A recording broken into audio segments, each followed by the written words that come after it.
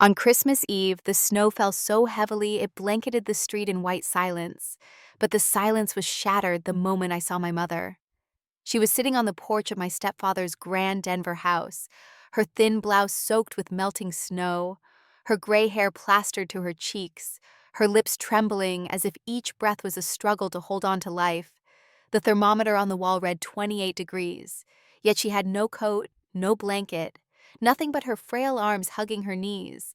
I froze for half a second, my boots sinking into the ice, the bitter wind cutting into my skin. But then rage burned so hot inside me that I forgot the cold. Behind the frosted window panes, the glow of a roaring fireplace spilled across a long dining table. I could see them, my stepfather Richard in his tailored suit, his daughter Clara with her diamond earrings catching the firelight, and his son Daniel swirling a glass of red wine. They were laughing forks clinking against porcelain holiday music thumping from a speaker on the mantel. The contrast seared into my eyes, my mother. Margaret abandoned in the freezing dark, while Richard's family toasted by the fire like royalty. I rushed forward, my heartbeat. A drum of panic and fury scooped my mother into my arms, and felt how light she had become, her body stiff and icy, like a fragile bird close to death. Her voice cracked in a whisper, one word only: Laura. My name. That sound was enough to break something deep inside me. I kicked the heavy oak door open with all the strength in my legs. Glasses rattled on the table, laughter died, heads turned. Standing in the doorway, holding my shivering mother against my chest, I shouted 6 words that cut through the warm air like a blade. No more silence. Not tonight. If you are watching this right now, take a moment to press like and subscribe because I want you to hear the whole truth. Tell me in the comments where you are listening from because I want to know how far this story travels. I am Laura Mitchell, and I am about to tell you how a single night at Christmas changed the course of my life and my mother's life forever. My voice might shake as I say this, but you need to understand I am not telling a holiday memory. I am telling you about a crime disguised as family tradition. It started with snow crunching under my boots, the bitter sting of winter air filling my lungs, and the sight of my mother left to freeze while laughter spilled from the other side of a locked door. This is not fiction to me. This is the memory burned into my bones, and if you stay with me, you will feel every blow, every humiliation. And finally, the moment when justice cut through the silence. I stepped off the taxi into the thick snow piled along the quiet street of Denver's wealthy quarter, the kind of neighborhood where every roofline was strung with lights and every driveway had been cleared by hired plows. My boots sank deep into the powder as the cold air slapped my cheeks sharp and merciless. The scent of pine needles mixed with exhaust from the cab still lingered in my nose, and for a moment, I stood still, pulling my scarf tighter, watching my breath curl into the dark. The house I faced loomed taller than I remembered Richard's pride with its stone facade and oversized windows glowing with golden light. From inside, faint strains of silent night leaked out, distorted by the glass, but still carrying the warmth of celebration. For years, I had pictured surprising my mother on Christmas Eve, arriving without a call, so I could see her smile stretch wide at the sight of me, hear her laugh as she hurried to the door. She loved holidays, always had stringing popcorn garlands, and insisting we bake pies even when money was tight. That was before she married Richard, before her life became something shadowed and small. As I trudged up the walkway, I remembered the Christmases when she would hold my mittened hand and tell me stories of courage, how even in the coldest nights light could be found. Those words replayed in my mind, but now all I saw through the window was a long, polished table set with glistening plates and silverware, the kind of spread my mother never enjoyed making anymore. A roasted turkey gleamed in the center, steam rising into the chandelier's glow. Glasses of wine caught the firelight like jewels, and around them Richard's family moved with easy confidence. Their gestures were big, their laughter booming, as if the world existed only for their comfort. My stomach twisted because what I didn't see was my mother. No gentle figure bustling at the kitchen counter, no quiet smile in a chair. The front yard was buried under untouched snow, no path cleared to welcome a guest. And as I stood there, my excitement drained into unease.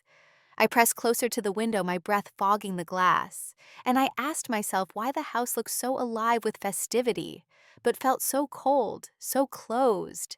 Through the glass, my eyes settled on the man at the head of the table. Richard, my stepfather, sat straight-backed in a dark suit that fit him like armor. Even at 65, his jaw was rigid, his eyes sharp, and every gesture of his hand carried authority. He had spent decades as a lawyer building a reputation on intimidation, and he wore that power like a second skin. When he leaned back, others leaned forward to catch his words. That was Richard, always commanding, never questioned. On his right was Clara, his daughter, 40 years old, but still clinging to the poise of a woman who believed the world owed her obedience. Her hair was pulled into a glossy bun, diamond studs winking in her ears, and her smile was curved in permanent disdain. I remembered every call from my mother where Clara's voice cut through the background, mocking, dismissing, sometimes loud enough that my mother could not finish a sentence without breaking down in tears. Clara spoke with venom coated in civility, like a queen who enjoyed watching servants squirm. To Richard's left was Daniel, younger than Clara by 2 years, but sharper in his cruelty. Where Clara mocked, Daniel schemed. He was the one who controlled the finances of Richard's estate, the one who demanded receipts from my mother for every dollar she spent, twisting simple purchases into accusations of wastefulness. He was the kind who smiled when others faltered, a smile that meant he had already decided the verdict. Together, the three of them formed a fortress. Richard with his legal weight, Clara with her social sharpness, Daniel with his cunning manipulation. Against them, my mother had been nothing but a guest in her own home, tolerated when useful, discarded when inconvenient. Watching them laugh by the fire glasses raised, I felt the chill sink deeper into my bones. They were not just celebrating Christmas. They were celebrating their dominance, a private kingdom built on cruelty. My pulse pounded as I realized the truth that had lingered for years, but now stood undeniable before me. These were not simply difficult in-laws or a demanding stepfather. These were predators in silk and stone, and my mother was their chosen prey. Every smile at that table was a blade, every toast another reminder that they thrived while she suffered in silence. And tonight, as snow piled against the windows and my mother trembled outside, they revealed exactly who they were.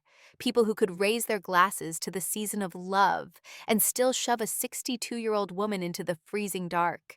Then I heard a faint sound that did not belong to the music or the laughter. A whimper thin as paper drifting from the shadows of the porch. My eyes shifted from the glowing window to the far corner where a snow-dusted chair sat forgotten beneath a planter box. And there she was, my mother Margaret, curled in on herself, her shoulders quaking, her skin pale beneath the porch light. She wore nothing but that thin blouse and a skirt that clung damply to her knees. Her slippers had soaked through, leaving her feet blue and trembling against the frozen boards.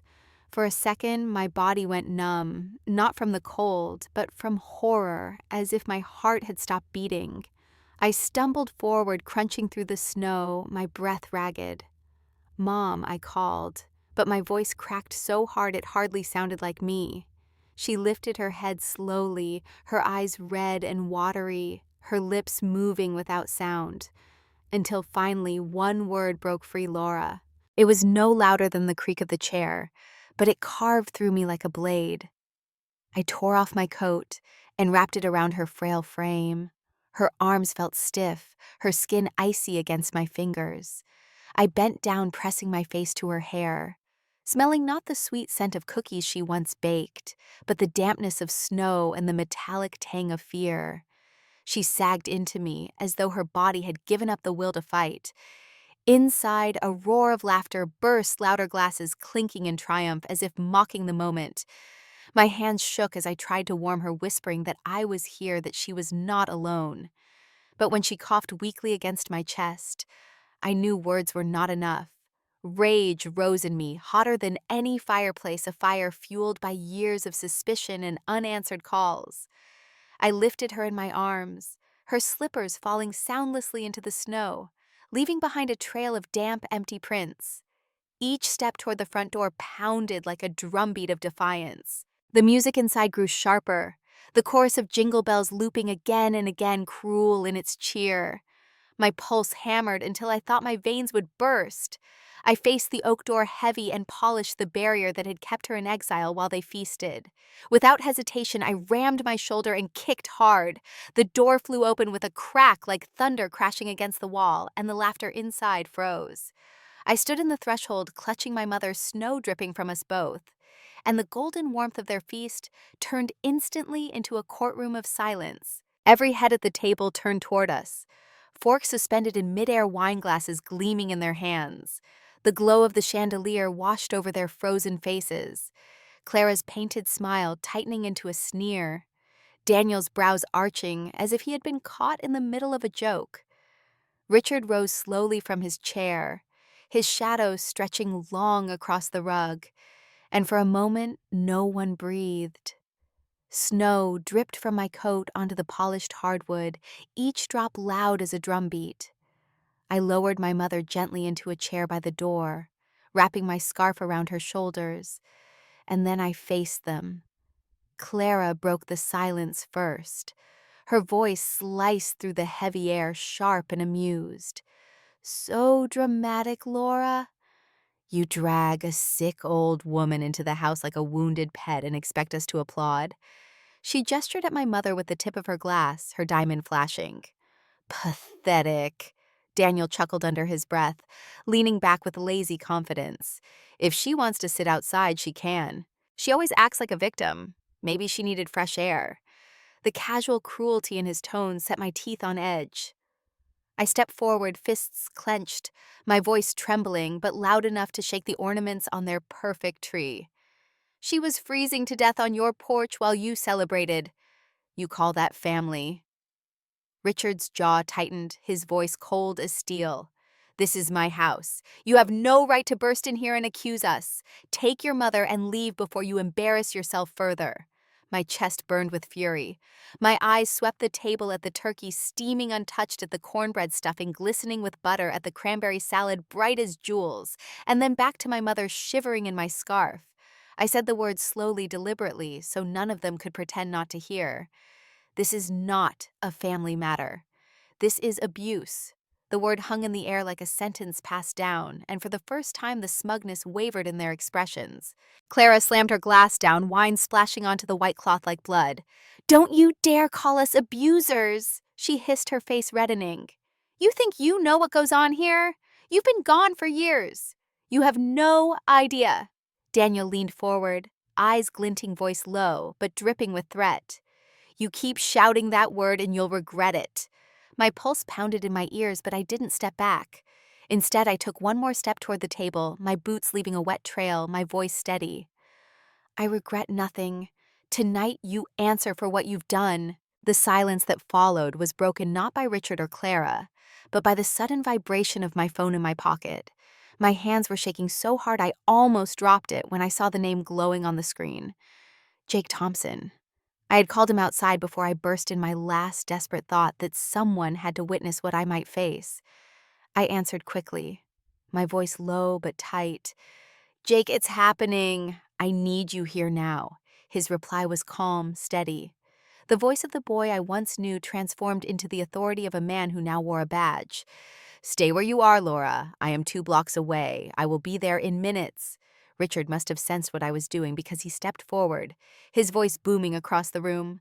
"Put that phone away. No police in my house." He moved closer, towering over me, but before he could reach out, the door swung wider and cold air rushed in. Jake entered tall in his uniform, snow still clinging to his shoulders. His eyes flicked from me to Margaret, who was still trembling in the chair, then back to the table of wine-soaked faces. His jaw tightened. I saw his fists clench at his sides, but his voice stayed even. "I got a call about a possible welfare concern.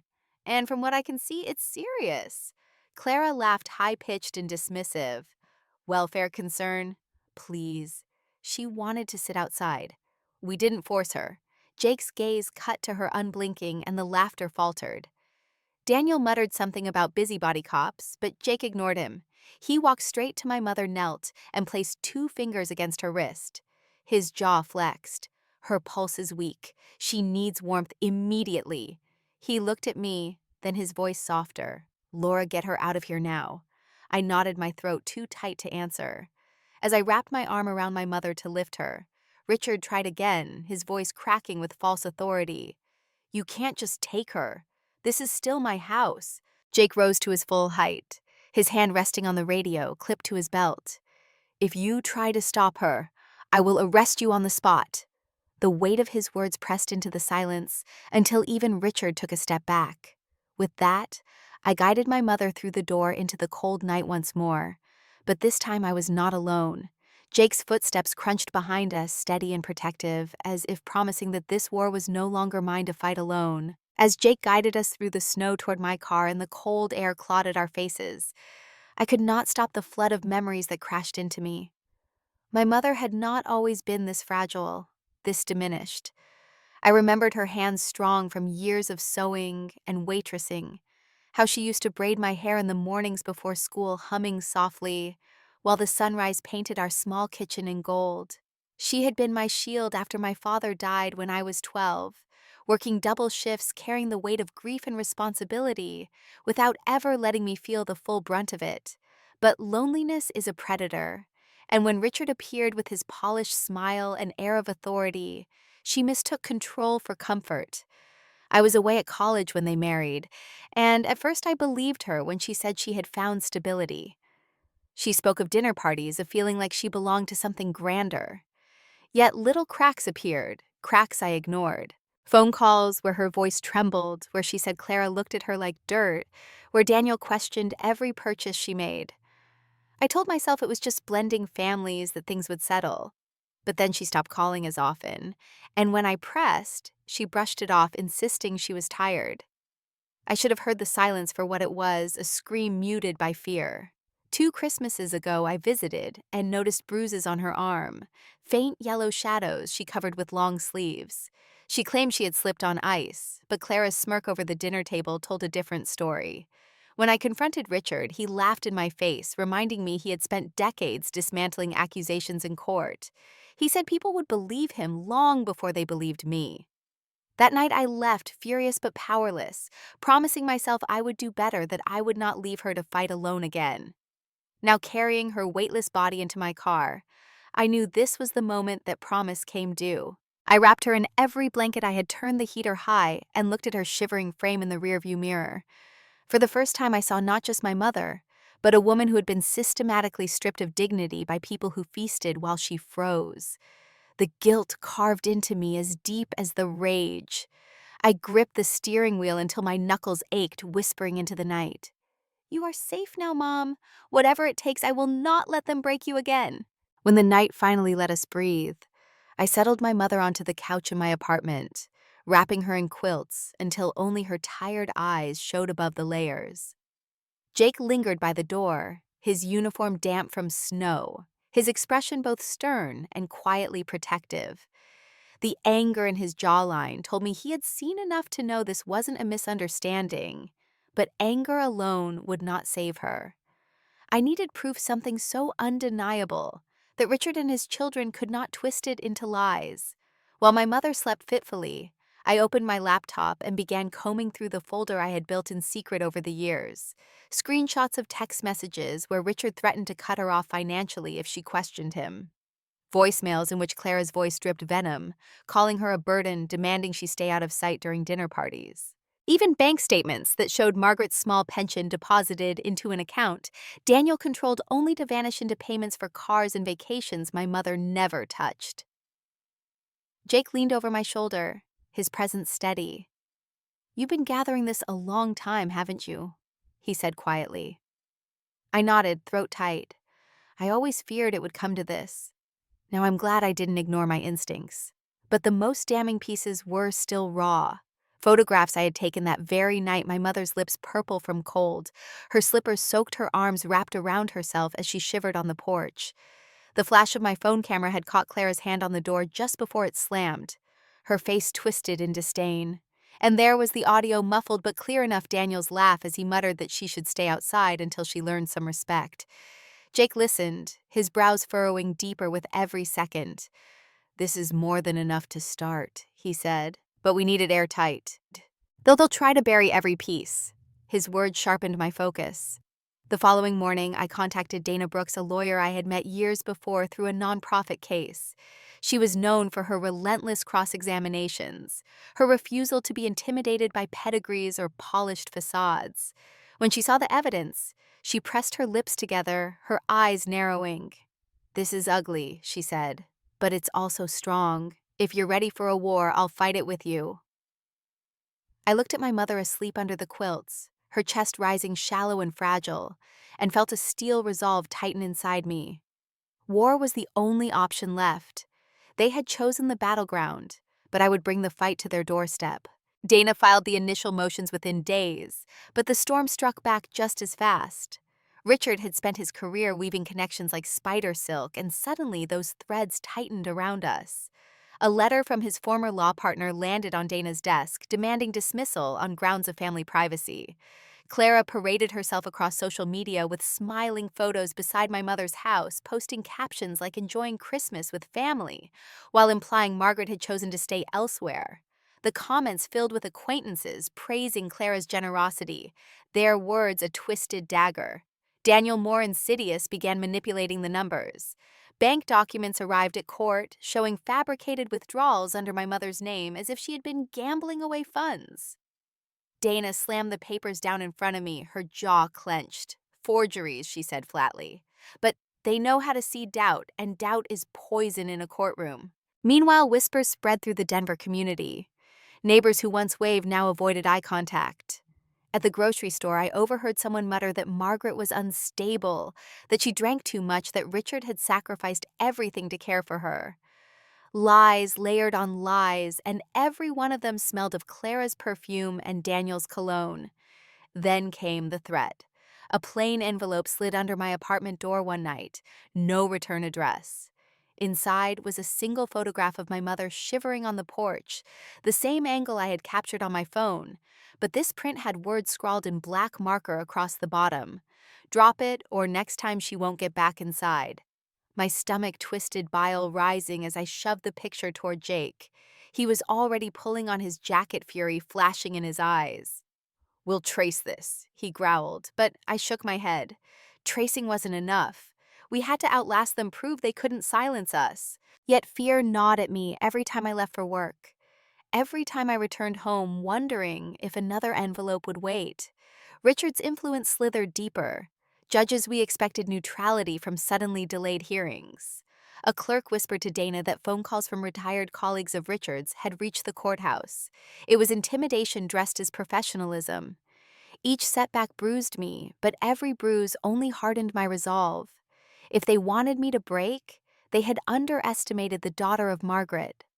I looked at my mother across the room one night, her hands folded as if in prayer, her eyes haunted but alive, and I promised silently that I would burn through every layer of corruption until the truth stood naked in the light. The Denver courthouse smelled of dust and polished wood, the air heavy with the quiet rustle of suits and the occasional squeak of shoes on marble. My mother walked beside me, her steps unsteady, her arm hooked through mine. She wore a navy sweater I had bought to replace the thin blouse that still haunted my nightmares. But even with the new fabric, she seemed fragile, like a candle flickering in a draft. Jake followed close, his uniform lending weight to his presence, his gaze sharp on every corner of the hallway, as if danger might spring from the shadows.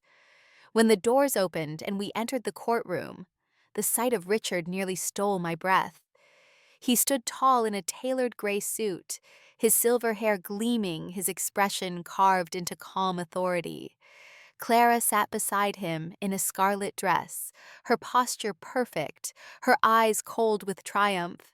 Daniel adjusted his tie, smirking when his gaze caught mine.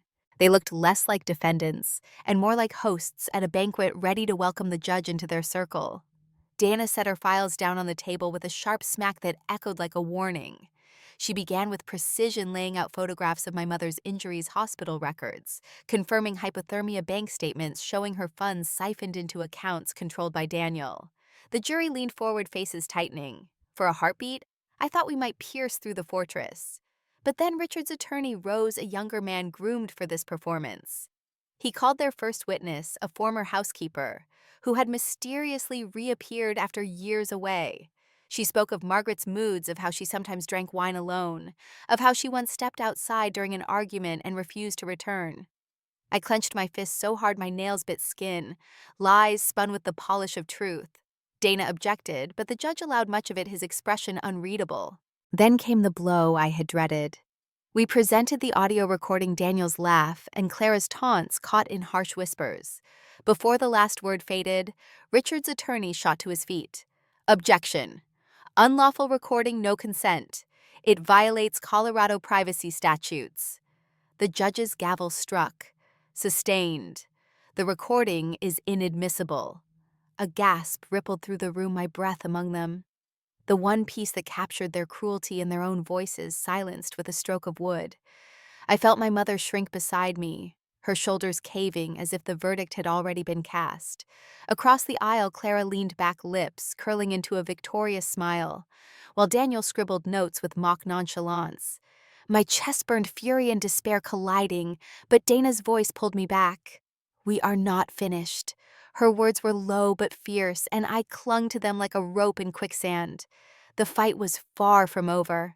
The trial stretched on, each day heavier than the last each morning, beginning with the same knot of dread twisting in my stomach. Richard's side played their part, perfectly polished testimony, rehearsed indignation, and just enough charm to keep the judge's tone polite. Dana fought tooth and nail, but doubt crept into the air like smoke.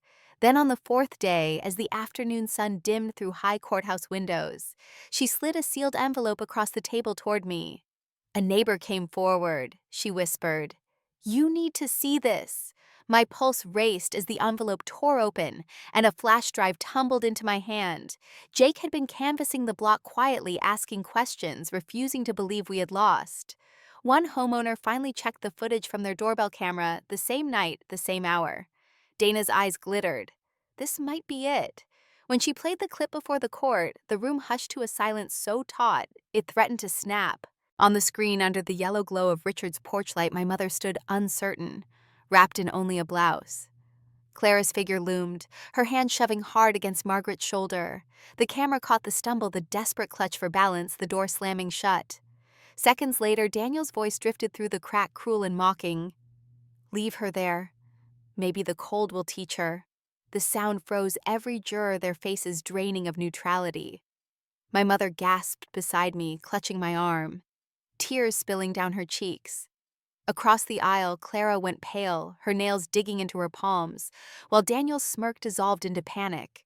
Richard surged to his feet, shouting at the judge. "That footage is stolen. It's misleading. You cannot." But the gavel cracked down hard, silencing him. "Order. The evidence is admissible." His voice was firm, final. For the first time in weeks, the balance shifted.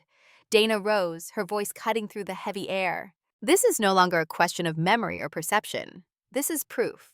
Margaret Mitchell was assaulted, humiliated, and abandoned in life-threatening conditions by the very family sworn to protect her." Clara trembled, her mask shattering, and Daniel buried his face in his hands. Richard sat rigid, his jaw-locked eyes dark with rage, but no longer untouchable. The jury exchanged glances heavy with disgust. The facade they had built cracked, and through that crack, truth poured in like sunlight. In that moment, I exhaled for the first time in days, my chest burning not with fear, but with vindication. The fortress was falling, and justice, long choked by their power, had finally found its voice. The verdict came swiftly after the footage played. The jury returned with solemn faces, their decision echoing in the chamber, like thunder rolling over the mountains. Richard, Clara, and Daniel were found guilty of domestic abuse and reckless endangerment. The judge's voice cut through the silence, steady and merciless, declaring that Margaret would retain possession of the Denver house until further legal proceedings determined final ownership. More importantly, a protective order was placed forbidding Richard or his children from coming within 100 yards of her. The words landed like a gavel against stone unshakable. Outside the courthouse, reporters swarmed, cameras, flashing microphones shoved toward me as they demanded to know what justice felt like. I held my mother's trembling hand high in the cold air and told them the truth. justice means she gets to live without fear. Justice means no one, not even the powerful, can laugh while a woman freezes on Christmas Eve. Within days, the fallout scorched Richard's empire. His membership in the Bar Association was formally revoked. Former colleagues who once praised him now distanced themselves, issuing statements condemning his behavior. Clara, once a rising figure on Denver's cultural board, was asked to resign amid public outrage. Sponsors withdrew support her name, trending with words like abuser and disgrace. Daniel faced an avalanche of financial audits that revealed not only manipulation of Margaret's accounts, but also suspicious gaps in his own business ventures. Investigations widened, bank doors closed, and creditors circled like vultures. The family that had once held themselves above reproach now found their names splattered across headlines as symbols of arrogance and cruelty. But the most powerful consequence was not on paper or in the press. It was the look in my mother's eyes when she realized she could breathe without fear of being shoved back into silence. She walked through her own front door, escorted by officers no longer trembling, no longer flinching at the sound of laughter behind her. The house smelled of pine and smoke, the remnants of the holiday still lingering. But this time the air was hers. She touched the mantle as if reclaiming it, and for the first time in years, her back straightened. I watched from the doorway, my chest tight, knowing we had not just won a legal battle. We had severed the chains of humiliation. Richard and his children would face years of rebuilding if they could rebuild at all. But their downfall was never my victory. My victory was seeing my mother warm, safe, and free, no longer a prisoner in a gilded cage. And as snow continued to fall outside, I understood that this was what justice looked like when it struck clean and undeniable. Weeks after the verdict, the snow began to melt, and with it the shadow that had loomed over my mother. She chose not to leave Denver, but to reclaim her house not as a trophy, but as proof that survival can turn into triumph. When she walked through those doors again, she no longer carried the weight of humiliation. The carpets had been scrubbed of wine stains, the table cleared of the Whitlock's feast, the fireplace cold, yet in that emptiness, she found freedom. She placed fresh flowers in a vase on the mantel, their fragrance erasing the stench of arrogance that had once filled the room. Life settled into rhythms that felt fragile at first, but slowly grew strong. I visited her every morning before work, bringing warm bagels or fresh fruit sitting at the kitchen table, while sunlight streamed through windows that had once framed cruelty. She began to speak more, her voice steady, sometimes even laughing softly at memories of holidays when I was a child. Each smile was a small victory, each moment of peace a restoration of dignity. Jake stopped by often, not in uniform, but with a casual jacket, sometimes carrying groceries, sometimes carrying nothing but the comfort of his presence. My mother's eyes brightened when he arrived, her shoulders lifting as if she recognized in him the strength of someone who had stood beside us when no one else dared. One evening, he fixed the porch light, the same one that had burned dim on the night of her exile. When it flicked on, bright and steady, she pressed her hands together, whispering, "Now the darkness can't hide anything." Clara and Daniel's names became cautionary tales whispered in Denver's social circles. Their arrogance stripped their reputations shattered. Richard withdrew from public view. A man once feared reduced to silence, his law career in ruins. But I did not celebrate their downfall. True victory lay not in their ruin, but in my mother's healing. On Easter morning, she baked pies again, the sweet scent of apples and cinnamon filling the house. She invited neighbors in, offering slices with the same warmth she had once given me as a child. As I watched her laugh with them, her cheeks flushed, I realized she had reclaimed not just a house, but her place in the world. And I, standing beside her, knew that my fiercest fight had not been against Richard's family, but against the silence that once bound her. Justice of the heart meant more than verdicts or headlines. It meant seeing my mother safe, her dignity restored, her spirit unbroken. That was the justice. No one could corrupt the justice I would carry in my bones for the rest of my life. If you stayed with me until the very end of this story, I want to thank you. Sharing what happened to my mother on that bitter Christmas Eve was not easy, but silence only protects the people who abuse their power. I broke the silence that night when I kicked open Richard's door, and I am breaking it again now by telling you every detail. I need to ask you something. If you were in my place, would you have kept quiet to preserve peace, or would you have risked everything to defend your mother's dignity? Leave me your answer in the comments because every perspective matters, and sometimes the courage of one person's words can light the path for another. If you felt anger while listening, or if you felt the same chill I did when I saw my mother shivering in the snow, then let that feeling remind you why we tell these stories.